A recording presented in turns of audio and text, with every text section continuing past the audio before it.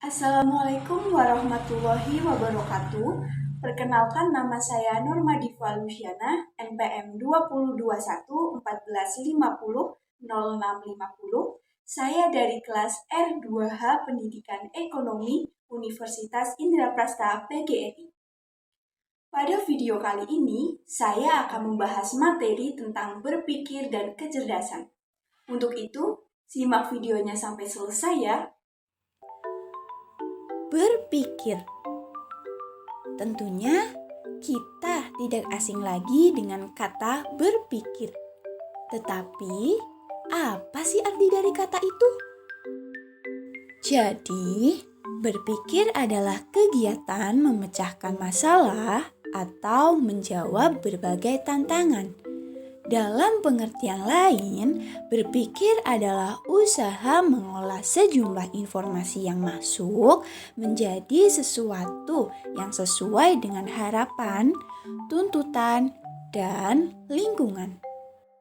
Perlu diketahui bahwa semakin kaya informasi yang dimiliki oleh seseorang, maka semakin bagus loh penalarannya. Dalam kaitannya dengan berpikir ini, kita sering sekali mendengar istilah-istilah seperti berpikir logis, berpikir sistematis, berpikir kritis, dan berpikir kreatif. Otak kanan dan otak kiri tentunya memiliki upaya yang berbeda dalam memecahkan suatu masalah. Seperti apa sih perbedaannya?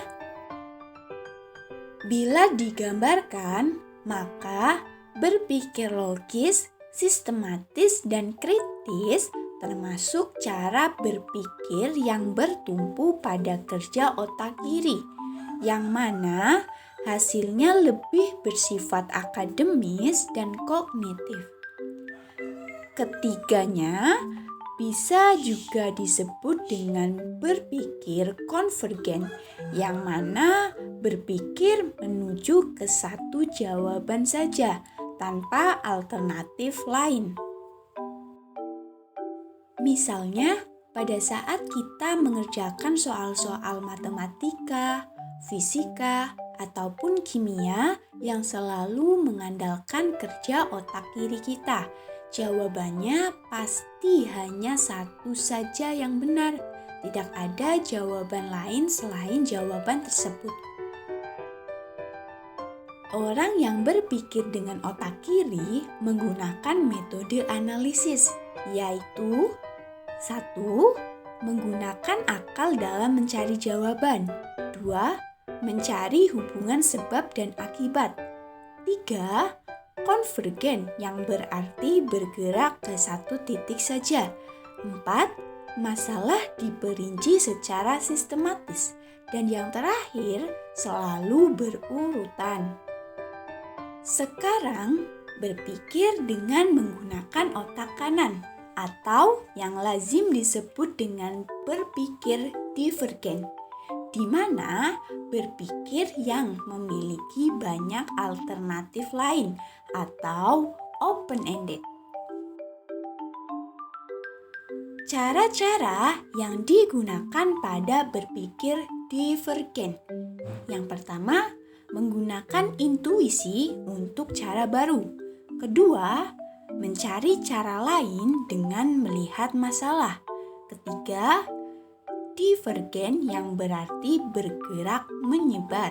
Yang keempat, tidak selalu berurutan. Dan yang terakhir, tidak kaku tetapi patuh pada aturan main. Berpikir divergen biasanya digunakan untuk memecahkan masalah-masalah, pertanyaan-pertanyaan, dan soal-soal yang berkaitan dengan ilmu-ilmu sosial dan ilmu-ilmu budaya, seperti sejarah, geografi, hukum, politik, sosiologi, antropologi, seni, sastra, psikologi sosial, dan lain sebagainya. Bentuk pertanyaannya pun atau soalnya biasanya isai atau yang memiliki jawaban banyak. Contoh dalam berpikir divergen, misalnya, mobil bukan satu-satunya alat transportasi. Banyak alternatif lain untuk menentukan alat transportasi dalam berwisata, seperti kita dapat menggunakan kereta, bus, motor, kapal, pesawat, dan lain sebagainya. Selanjutnya, saya akan membahas tentang kecerdasan. Ada yang sudah tahu apa sih itu kecerdasan?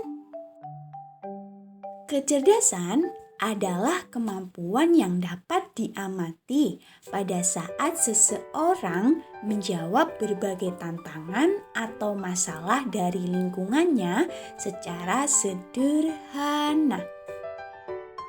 Perlu diketahui bahwa manusia itu memiliki 5 jenis kecerdasan loh, antara lain IQ, AQ, EQ, SQ, dan MI. Berikut penjelasannya. IQ atau Intelligence Quotient merupakan ukuran kemampuan seseorang yang meliputi kemampuan intelektual, analisis, logika, dan rasio seseorang. Desmita mengklasifikasikan sebaran IQ berdasarkan hasil tes intelijensi, yaitu sebagai berikut. Untuk IQ di atas 140 diklasifikasikan sebagai anak jenius. 110 sampai 140 merupakan anak pintar. 110 sampai 90 termasuk anak normal. 70 sampai 90 merupakan anak kurang pintar. 50 sampai 70 termasuk anak debil. Kemudian 30 sampai 50 merupakan anak dungu. Dan yang terakhir, IQ di bawah 30 merupakan anak idiot. AQ atau Adversity Quotient adalah kecerdasan seseorang dalam menghadapi situasi-situasi masalah dalam kehidupan. Seseorang yang memiliki kecerdasan AQ yang baik bisa mengontrol dirinya dalam menghadapi kesulitan dan penderitaan yang dialami semasa hidupnya. EQ atau Emotional Quotient merupakan kemampuan seseorang untuk menerima serta mengontrol emosi dalam diri dan orang lain di sekitarnya. Daniel Goleman mengemukakan bahwa banyak orang gagal dalam kehidupannya bukan karena kecerdasan intelektualnya saja, tetapi karena mereka kurang memiliki kecerdasan emosional. Beliau juga mengatakan bahwa kontribusi IQ dalam kehidupan seseorang hanya sebesar 20% saja, sedangkan EQ sebesar 80%. Beliau juga membagi EQ ke dalam 5 aspek, yaitu kesadaran diri, mengelola emosi, memanfaatkan emosi secara produktif, empati, dan membina hubungan. SQ atau Spiritual Quotient adalah kecerdasan jiwa yang dapat mendorong seseorang kepada seluruh perilaku terpuji. Dana Zohar dan Ian Marshall mengatakan bahwa orang yang cerdas bukan mereka yang memiliki IQ tinggi saja, tetapi juga harus ber-EQ dan ber-SQ tinggi. MI atau Multiple Intelligence atau yang sering disebut dengan kecerdasan ganda adalah konsep penilaian kecerdasan dengan beberapa tolak ukur kemampuan. Howard Gardner mengemukakan bahwa MI terdiri dari 9 aspek kecerdasan, yaitu linguistik, matematika logis, interpersonal, intrapersonal, musikal, visual spasial, kinestetik, naturalis atau lingkungan, dan eksistensial. Benjamin S. Bloom membagi kecerdasan menjadi 3 bagian, yaitu kecerdasan kognitif, kecerdasan afektif, dan kecerdasan psikomotorik. Kecerdasan kognitif adalah kemampuan yang menyangkut aktivitas otak, seperti pengetahuan, hafalan, ingatan, pemahaman, penerapan, analisis, sintetis, penilaian, penghargaan, dan evaluasi.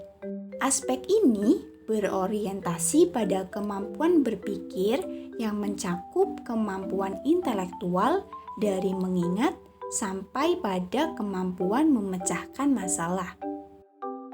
Kecerdasan afektif adalah kemampuan yang berkaitan dengan sikap dan nilai, yang mencakup watak seperti perasaan, minat, sikap, emosi, dan nilai. Dan yang terakhir ada kecerdasan psikomotorik.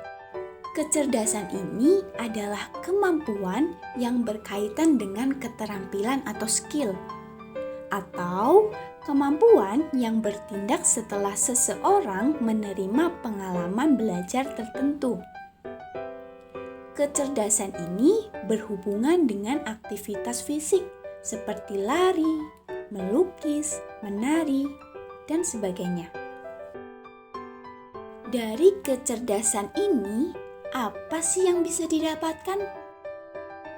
Yang pertama, ada kognitif, yaitu mengamati, mencerna, dan mencipta.